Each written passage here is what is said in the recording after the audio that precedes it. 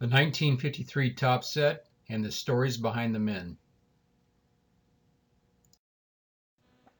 In this series, I will be unpacking stories of the men on the cards of the 1953 Topps baseball set. Most cards in the set are called commons by the hobby, but the men on the cards are anything but common. Cards 1 through 5. Jackie Robinson, card number 1. Jackie's brother Mac won the silver medal in the 1936 Berlin Summer Olympics while Hitler was in the audience. He was just 0.4 seconds behind Jesse Owens, who won the gold medal. Jackie was a star tennis player and lettered in football, basketball, track, and baseball. In 1940, Jackie Robinson won the NCAA long jump championship with a leap of 24 feet 10 1/4 inches. At UCLA, Jackie hit a paltry .097 in his only season on the team. Jackie made the decision to relocate to Hawaii and play semi-pro football in the fall of 1941. However, he became homesick and left Hawaii on December 5, 1941, just a few days before Pearl Harbor was bombed by the Japanese. He was drafted into the Army on April 3, 1942. An event on July 6, 1944, derailed Jackie Robinson's military career. While awaiting results of hospital tests on the ankle he had injured in junior college, he boarded an Army bus with a fellow officer's wife. Although the Army had commissioned its own unsegregated bus line, the bus driver ordered Jackie Robinson to move to the back of the bus. Robinson refused. The driver backed down, but after reaching the end of the line, summoned the military police who took Robinson into custody. When Robinson later confronted the investigating duty officer about racist questioning by the officer and his assistant, the officer recommended Robinson be court-martialed. After Robinson's commander in the 761st refused to authorize the legal action, Robinson was summarily transferred to the 758th Battalion, where the commander quickly consented to charge Robinson with multiple offenses, including, among other charges, public drunkenness, even though Robinson did not drink. By the time of the court-martial in August of 1944, the charges against Robinson had been reduced to 2 counts of insubordination during questioning. Robinson was acquitted by an all-white panel of 9 officers. Although his former unit, the 761st Tank Battalion, became the first black tank unit to see combat in World War II, Robinson's court-martial proceedings prohibited him from being deployed overseas. Thus, he never saw combat action and was never sent to Europe. You have to wonder about a few of the events that may have changed the destiny of Jackie Robinson. What if he had not left Hawaii 2 days prior to the attack at Pearl Harbor? Perhaps he would have been a casualty. Maybe the timeliness of catching a flight back to the mainland would have somehow altered his life path. Had he personally witnessed the attack, would his outlook and goals in life been changed? What if Robinson had been court-martialed by the Army for the incident on the bus? He may never have played baseball, or maybe the timing would have altered his destiny of breaking the color barrier. In addition, had the charges been dropped immediately, or had he never been charged, it's likely he would have had to participate in the campaign in Europe with the rest of his battalion. This could have resulted in him becoming a casualty of war. All of these what-if circumstances could have led to a different outcome for Jackie Robinson. Eventually, someone else would have broken the color barrier. We know that.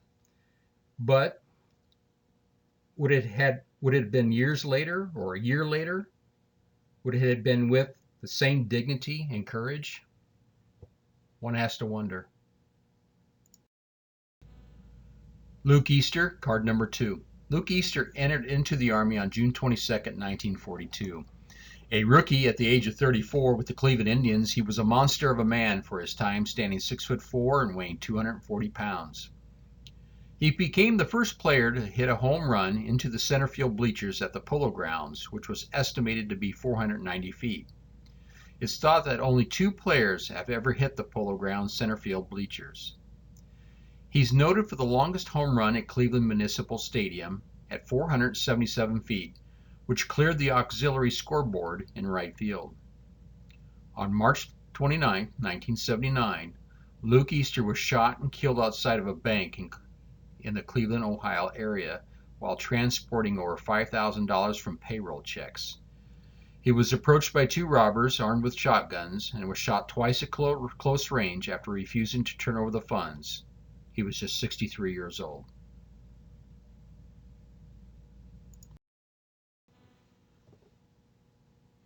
Clearly a man of principle, Luke Easter gave up his life when he refused to surrender the money he was carrying for his employer to two armed robbers in 1979. It would have been interesting to watch Luke Easter's career in baseball develop given the powerful swing he was known for.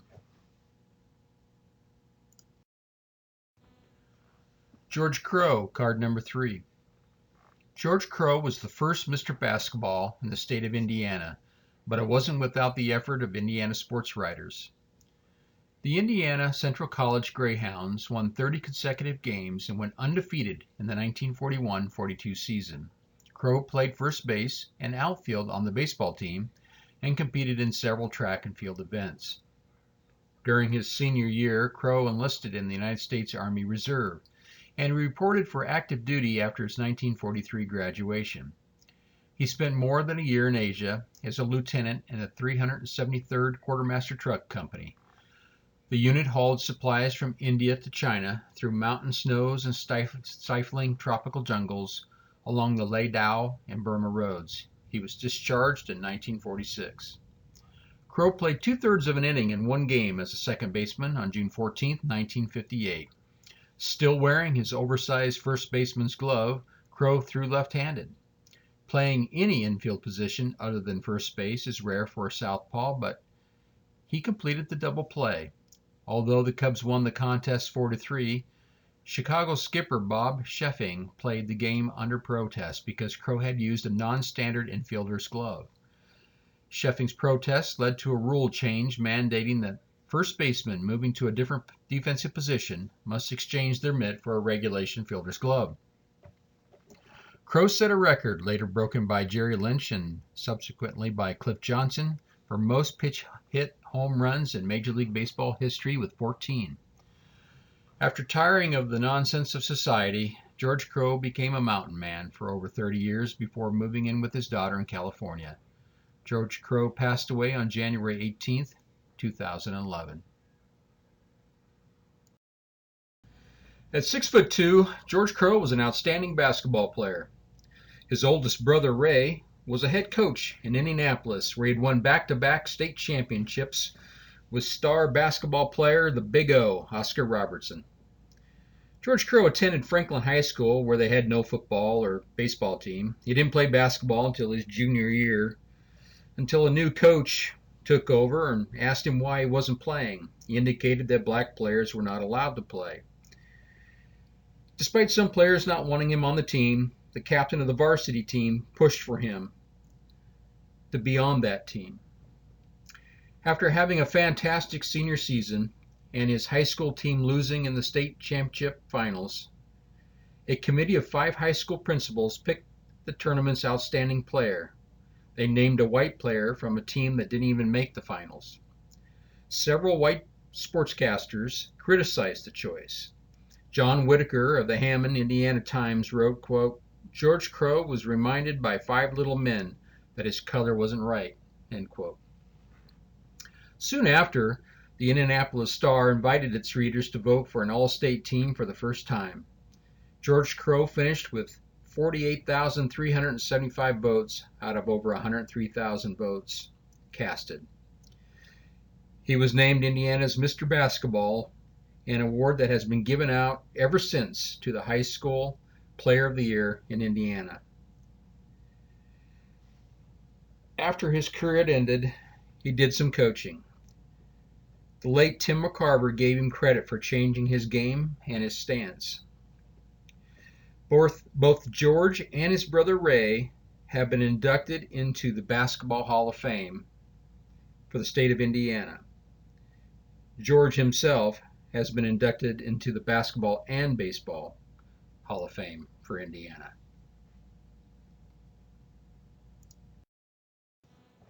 Ben Wade, card number 4. Ben Wade was signed by the Brooklyn Dodgers as an amateur free agent before the 1940 season. On February 11, 1943, Wade joined the Army Air Force as a machine gunner. When he was discharged from the military service in February 1945, he resumed playing professional baseball. In a 5-season major league career, Ben Wade posted a 19-17 record with 235 strikeouts and a 4.34 ERA and just over 371 innings pitched. Wade pitched 16 seasons in the minor leagues, winning 148 games and pitching over 2,000 innings for 13 different teams. Perhaps Ben Wade's greatest contribution to baseball was when he became a scout for the Dodgers in 1962. He would later become Dodgers scouting director. During that tenure, the Dodgers would win 8 National League championships and 4 World Series titles during the 1960s, 70s, and 80s. The Dodgers would have 7 Rookie of the Year award winners during that stretch. Dodgers players drafted during Ben Wade's tenure as scouting director included Mike Piazza, Rick Sutcliffe, Dave Stewart, Mike Scioscia, Bob Welch, Mickey Hatcher, Steve Sachs, Mike Marshall, Steve Howe, Orel Hershiser, John Franco, and Eric Karros. Ben Wade passed away after a long battle with cancer on December 2, 2002 in Los Angeles, California at the age of 80.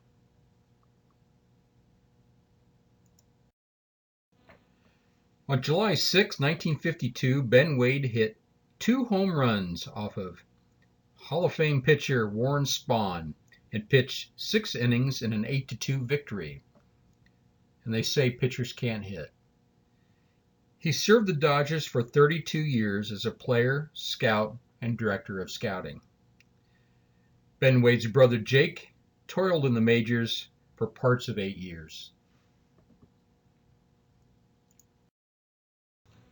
Joe Dobson, card number 5. At the age of 9, he lost his thumb and a forefinger playing with a dynamite cap. He entered the Army on January 12, 1944, and reported to Fort Devens, Massachusetts. He was the 17th ball player that the Boston Red Sox had lost to the armed services during World War II. Dobson was transferred to Camp Wheeler near Macon, Georgia, where he spent the balance of the war. He pitched in 1944 and 1945 for the Camp Wheeler Spokes and managed the team as well. Though most of Camp Wheeler skipped out to Europe late in 1944, Dobson was one of the more fortunate ones and remained on the base. He played in 156 games without an error to set a major league record for pitchers. He would work in baseball for a short time before deciding to operate Joe Dobson's store, a village general store about 10 miles north of Keene, New Hampshire. The store also rented cabins and boats, sold gas, and he served as the town's postmaster and head of the volunteer fire department. He moved to Winter Haven, Florida, where he became general manager of the Red Sox complex there and business manager of the Winter Haven Red Sox through 1978. Joe Dobson and his family moved to his sister's ranch outside of Tombstone, Arizona, where he helped with the ranch work, and he looked over about 50 cattle. In the 1980s, he moved to Jacksonville, Florida, and retired. He died of cancer at the age of 77 on June 23, 1994.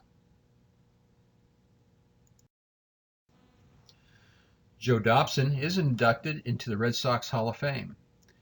He finished his career with the Red Sox, appearing only in 2 games. The previous 2 years he had spent with the Chicago White Sox. Joe Dobson won Game 5, the 1946 World Series against St. Louis. On September 24, 1943, in the 7th inning, Lou Boudreau would single into short right field. This would be the only hit the Cleveland Indians would have that day in the first 9 innings. Joe Dobson took the game into the 10th inning, and the Sox won 1-0. Dobson made his first error in his 5th season of Major League Baseball. In June 1946, he received a call from his brother that his father had died. His brother told him that his father would want him to keep pitching, and he won that day 7-1. Shortly after the game, he left to attend his father's funeral.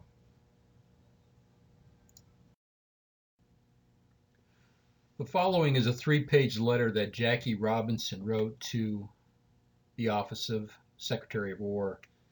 Feel free to pause the PowerPoint or video or however you're watching it in order to read this letter, but it's regarding his situation, his court-martial, and basically telling his side of the story on what happened. Again, found it very interesting, and I thought you might enjoy it as well.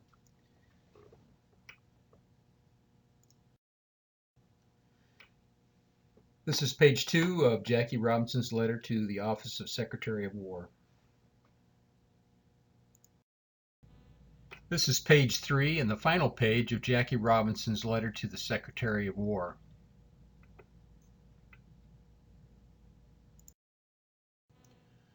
Thank you everybody for watching. I hope you found these men on the 1953 card set as interesting as I did. I'd like to especially thank John Keating from That 70s Card Show and Steve from Vintage Cards Steve. Both of these guys gave me great feedback and advice for making this PowerPoint and creating a YouTube channel. So thank you guys, appreciate it. This is Drew from Clean Cheap Shots.